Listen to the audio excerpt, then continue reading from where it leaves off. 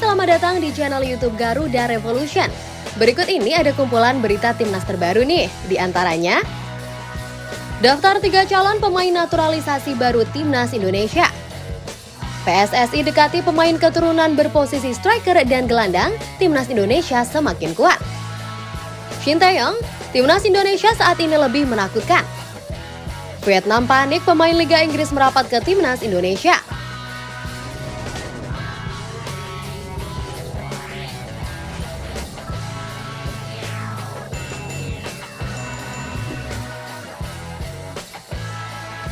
Daftar 3 calon pemain naturalisasi baru timnas Indonesia.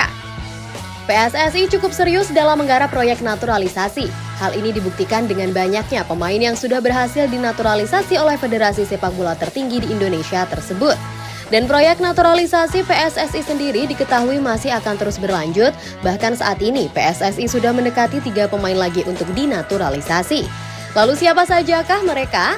Mari simak video ini sampai selesai biar kamu nggak makin penasaran. Di urutan pertama ada Ilyas Alhaf. Pemain yang satu ini memiliki peran asli sebagai winger, namun ia juga bisa memainkan peran tambahan sebagai gelandang.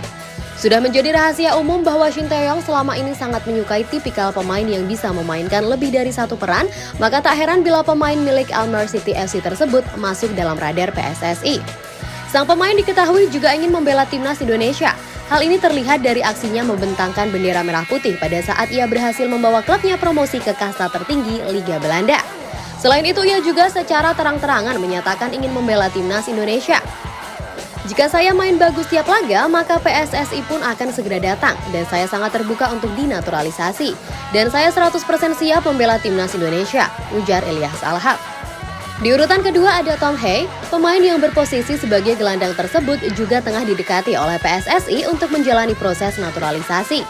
Sama halnya seperti Ilyas Alhaf, Tom Hae juga bisa bermain di 2 posisi, yakni sebagai gelandang bertahan dan juga sebagai playmaker. Saat ini ia bermain di Liga Utama Belanda bersama dengan FC Heerenveen. Kehadiran Tom Hae begitu dibutuhkan mengingat akhir-akhir ini Marcelino Ferdinand dan Ever Jenner yang berstatus sebagai playmaker sering diterpa cedera. Kehadirannya juga akan bisa lebih memanjakan para penyerang dengan umpan-umpan yang ia berikan, sehingga para penyerang akan tampil lebih garang di depan gawang lawan. Dan nama terakhir yang akan dinaturalisasi oleh PSSI adalah Delano Ladan. Pemain milik top OSS tersebut bahkan secara terangan telah mengirimkan DM kepada Erick Thohir dan meminta untuk dinaturalisasi. Jadi jika dinaturalisasi maka ia bisa saja mengalahkan Rafael Struijk untuk menjadi pilihan utama di lini depan skuad Garuda. Hal ini dikarenakan performa dari Delano Ladan masih sedikit lebih baik daripada Rafael Struijk. Delano Ladan sudah tampil beberapa kali bersama klubnya di musim ini dan mencetak 1 gol. Sedangkan Rafael Struijk baru tampil selama 52 menit saja di ADO Den Haag dan tidak mencetak gol sama sekali. Lalu bagaimana tanggapanmu mengenai hal ini? Apakah kamu setuju bila para pemain tersebut dinaturalisasi oleh PSSI dan apakah kehadiran 3 pemain tersebut akan membuat timnas Indonesia lebih berkualitas?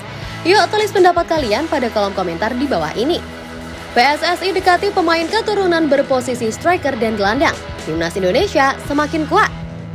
PSSI memang sangat gencar menaturalisasi pemain di era kepelatihan Shin Tae-yong.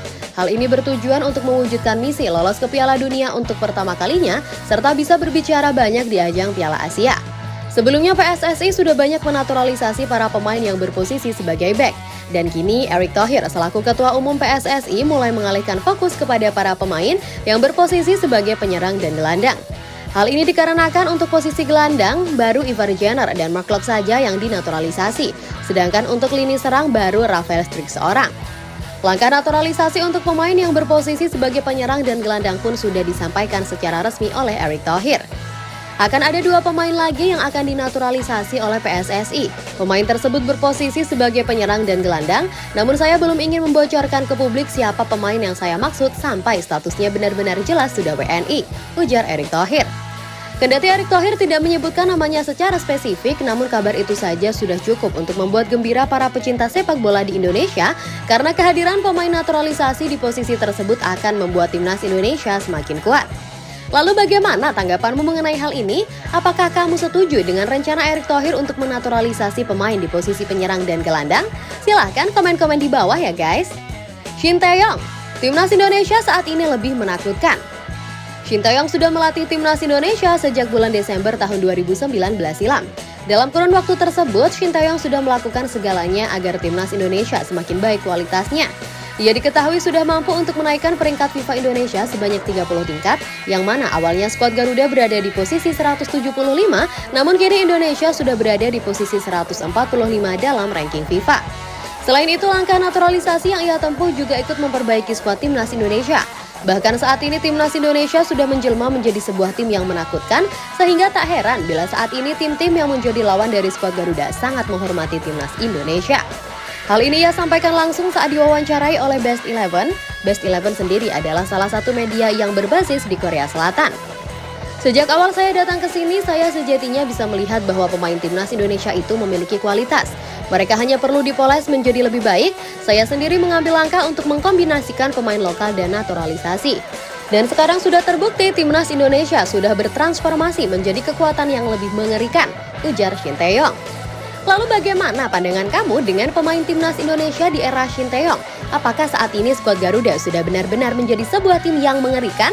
Silahkan share pendapat kalian di kolom komentar.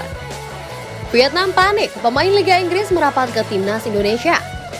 Saat ini PSSI diketahui sangat gencar menggarap proyek naturalisasi kepada para pemain yang memiliki darah Indonesia. Namun nyatanya, proyek naturalisasi yang gencar digarap oleh PSSI tidak hanya menjadi perhatian dari media lokal, melainkan juga dari media luar negeri. Media Vietnam diketahui menjadi salah satu media yang sangat menyoroti apa yang dilakukan oleh PSSI selama ini. Yang terbaru, Erick Thohir memberitahukan bahwa proses naturalisasi dari Justin Hubner hanya tinggal selangkah lagi. Setelah itu, pemain yang merumput di Divisi 2 Liga Inggris tersebut akan langsung membela timnas Indonesia dalam ajang Piala Asia 2023. Kompetisi paling bergengsi di kawasan Asia tersebut akan mulai bergulir pada bulan Januari tahun 2024 mendatang. Hal ini sontak membuat media Vietnam panik. Hal ini bukan tanpa alasan, melainkan karena Indonesia akan berada satu grup dengan Vietnam dalam ajang tersebut.